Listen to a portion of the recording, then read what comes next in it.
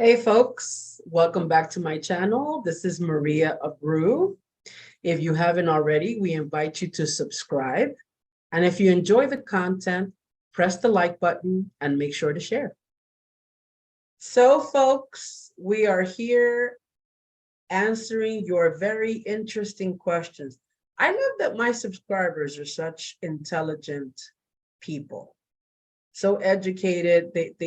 You come up with the best questions. I love it.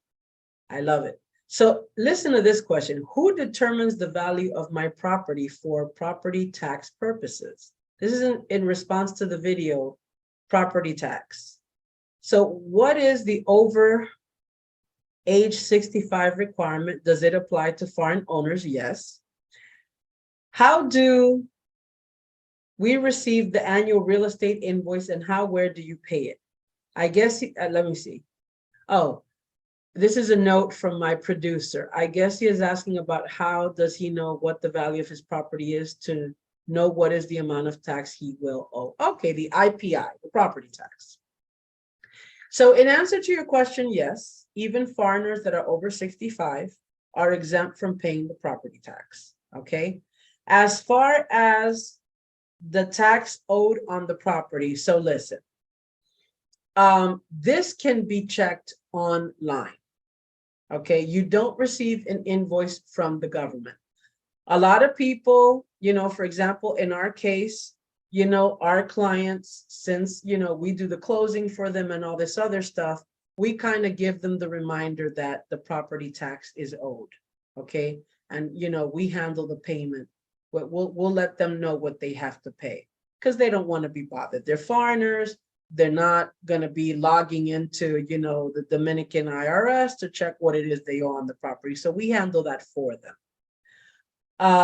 But if you want to do it on your own, there is a site, okay, the government site for the IRS, and you could pretty much go in there and it has a menu and you can pretty much pick out the IPI, for the property tax.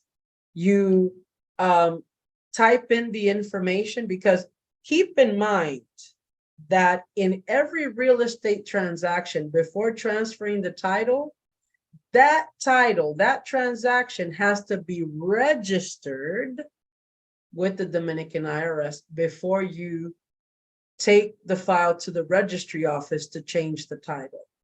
Okay, so before the process to change the title, you have to go through the IRS, and you have to pay it. For those who don't have residency under the investment program, or who don't have confiture, that are exonerated to pay that 3% tax, you got to pay that 3% transfer tax, and that's paid to the IRS. So the IRS registers all real estate transactions, so they have a record of it, and they have a record of the worth of the property.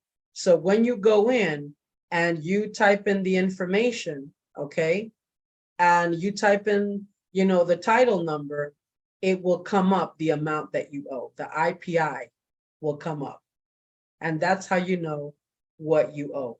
In the case of people that have attorneys that handle their business because they have several properties, that, we'll just get everything together, remind them, and they'll make the payment and we'll take care of that for them. But there is a way of checking it online. Now, I got to tell you, the IRS will base the worth of the property on the sales contract. Because remember, when a sales contract is, provided to the Dominican IRS, that's how they're going to calculate what tax you owe. Okay, so that's how it's calculated. Based on the worth, it's 1% of the worth of the property. Anything over 7.8 million pesos, which is about currently 145,000. Yeah. We just did an article in Dominican today. I'm sorry, guys, but the exact figures, it's hard because it's a long number. But yeah, what we're going to do is in the comment section, we're going to put in what the amount is for what properties over that magic amount have to pay the 1% annually. Okay, guys? So I hope you understood, because sometimes explaining legal matters, you know it, but explaining it is a bit of a jumble. But if you didn't understand anything, please feel free to reach out to us. We're always here and happy to help.